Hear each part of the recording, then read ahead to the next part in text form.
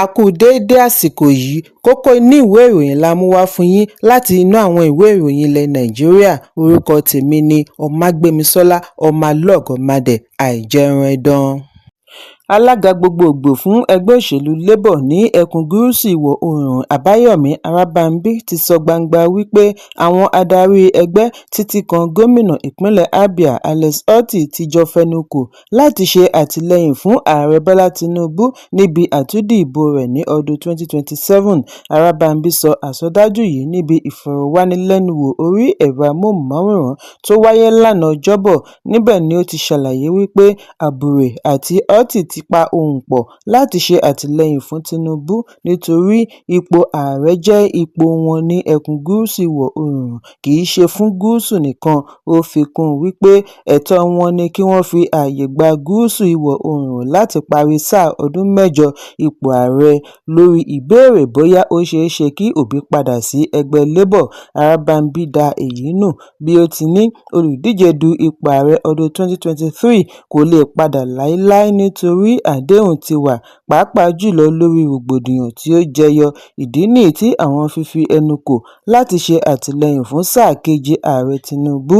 Ẹ̀kúnrẹ́rẹ́ ìròyìn wà nínú ìwé ìròyìn Vanguard tó jáde lónìí.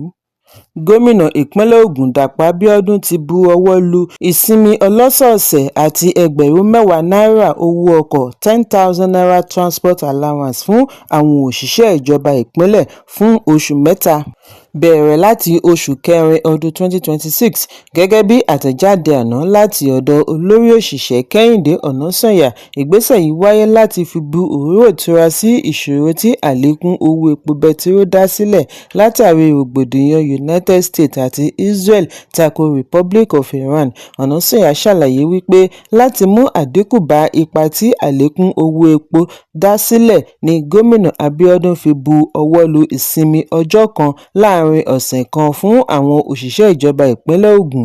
Olórí òṣìṣẹ́ túbọ̀ ṣàlàyé wípé àwọn òṣìṣẹ́ tí iṣẹ́ wọn ṣe pàtàkì jùlọ bíi òṣìṣẹ́ ẹ̀ka ìdájọ́, olùkọ́, teaching and non-teaching staff ní iléèwé primary, secondary àti iléèwé gíga, òṣìṣẹ́ aláàbò, accounting officers, heads of departments and agencies, gbogbo wọn ni kò ní àǹfààní sí ìsinmi ọjọ́ kan ṣùgbọ́n lẹ́tọ̀ọ́ sí $10,000 àlékún owó ọkọ̀.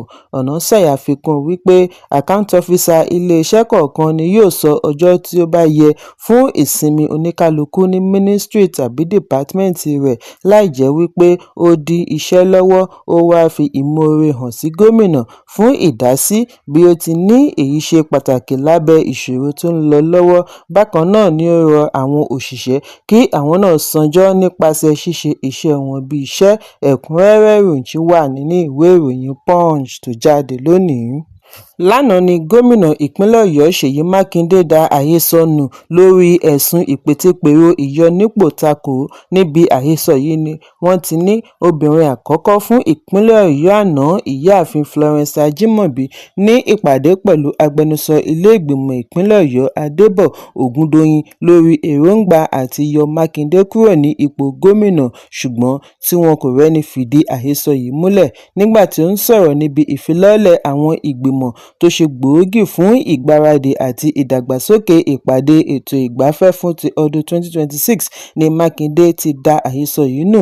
Níbẹ̀ ni ó ti fi àwàdà ṣàlàyé wípé ìjọba yìí yóò wá sópin ní ọdún kan àti oṣù kan sí ìsinyìí. Kí ló máa wá ṣẹlẹ̀ lẹ́yìn ìgbà náà? Bóyá bí wọn kò bá tí ì yọ òun nípò kí ó tó di ìgbà náà. Gómìnà ní ìjọba rẹ̀ gbájúmọ́ ìṣèjọba gidi àti ìdàgbàsókè ọlọ́jọ́ pípẹ́. Ó ní iṣẹ́ gidi ni àwọn gùn lé, òun sì nílò ìfọwọ́sowọ́pọ̀ gidi láti mú kí ìgbésẹ̀ yìí wúlò fún èrò rere ìpínlẹ̀ Ọ̀yọ́. Ẹ̀kúnrẹ́rẹ́ ìròyìn wà nínú ìwé ìròyìn The Guardian tó jáde lónìí. Láàrin ìfura wípé àwọn agbésùmọ̀mí ń pètepèrò àti ṣe ìkọlù sí pápákọ̀ àti ọgbà ẹ̀wọ̀n àtúnṣe ìlú Àbújá àti ìpínlẹ̀ Niger tí ó wà ní agbègbè, àwọn agbófinró ti gbé ìgbésẹ̀ àti mú ètò ààbò le ní àwọn agbègbè yìí. Iléeṣẹ́ ọlọ́pàá, àjọ ẹ̀ṣọ́ aṣọ́bodè àti àjọ ọgbà ẹ̀wọ̀n àtúnṣe sọ fún akọ̀ròyìn lánàá wípé àwọn ti mú okùn ààbò le dọindọin káàkiri agbègbè pápákọ̀ àti ọgbà ẹ̀wọ̀n àtúnṣe. Wọ́n Washington Post ni ó jábọ̀ látara internal memo àjọ ẹ̀ṣọ́ aṣọ́bodè NCS. Èròǹgbà àwọn adàlúrú àti ṣe ìkọlù sí pápákọ̀ òfurufú Nnamdi Azikiwe àti ọgbà ẹ̀wọ̀n àtúnṣe Kùjé ní Àbújá pẹ̀lú ọgbà ẹ̀wọ̀n mìíràn ní ìpínlẹ̀ Niger. Wọ́n ní àwọn ẹgbẹ́ ISWAP, Boko Haram, Ansaro àti Jamaat Nusrat al-Islam wal Muslimin ló ń pètepèrò ìkọlù yìí. Memo tí wọ́n kọ ní ọjọ́ 13 oṣù kẹrin ọdún 2026 tí Deputy Controller General ẹ̀ka agbófinró àyẹ̀wò àti ìwádìí Timi Bumodi buọwọ́lù ni wọ́n ti ṣàlàyé wípé àwọn adàlúrú yìí tún ń lépa ọgbà ẹ̀wọ̀n ológun ní Wawa, ìpínlẹ̀ Niger. Àtẹ̀jáde ọ̀hún fìdí ẹ̀ múlẹ̀ wípé ìkọlù yìí fẹ́ jọ irúfẹ́ èyí tí wọ́n ṣe sí pápákọ̀ Niamey àti Taura ní Niger Republic. Èyí ń wáyé bí Ààrẹ Bọ́lá Tinubu ṣe sọ lánàá wípé kò sí iye fìtìnátì tàbí ìkóniláyàjẹ tí ó lè ṣí ọkàn òun kúrò nínú ìpinnu iṣẹ́ rẹ̀, bí ó ti sọ àsọdájú lórí àtúpalẹ̀ òfin rẹ̀ tí ó ní ó ti ń so èso rere fún ọmọ Nàìjíríà. Ààrẹ sọ èyí ní ilé agbára ìlú Àbújá níbi ìpàdé pẹ̀lú àwọn adarí àti alámòjútó Renewed Hope Ambassadors, ètò òṣèlú tí wọ́n ṣe àgbékalẹ̀ ní ọ̀sẹ̀ díẹ̀ síwájú àkókò yìí láti fi tàn dé àwọn tí ó wà ní ìgbèríko.